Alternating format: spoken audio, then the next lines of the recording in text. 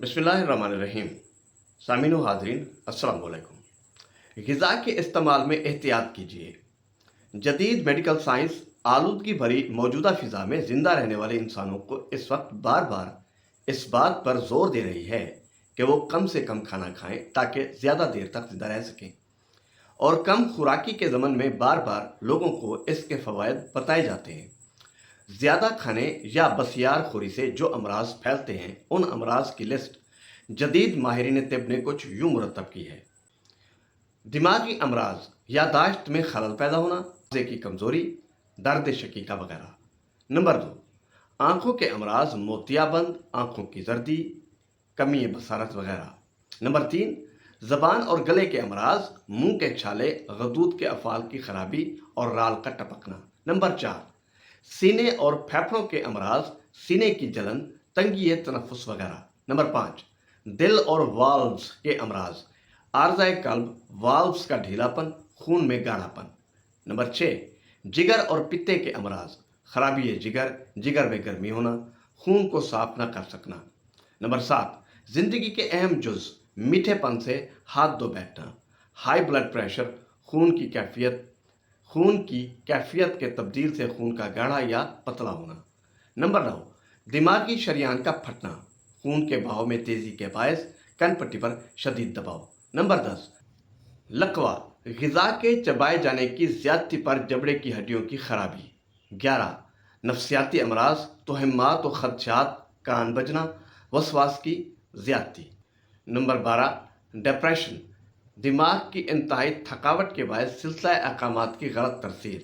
Number 13، فالج، نچلے حصے جسم کا سن ہو جانا۔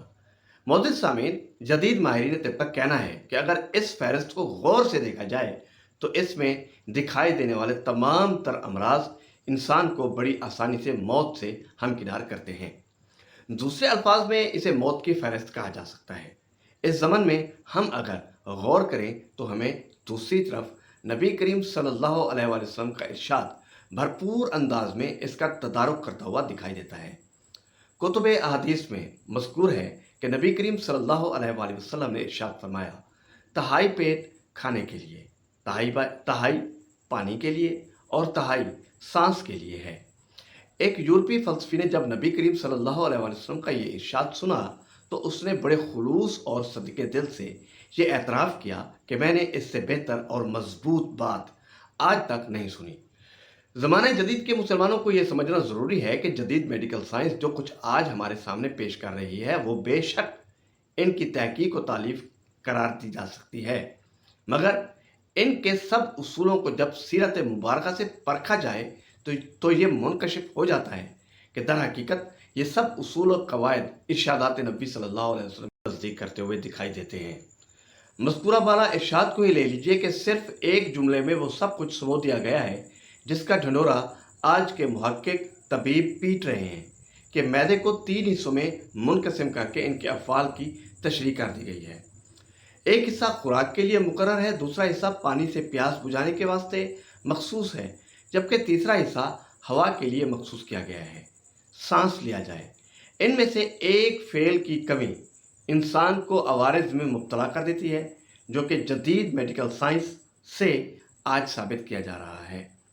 اسی کے ساتھ ہارون رشید کو اجازت دیجیے۔ اللہ آپ سب کا نگہبان۔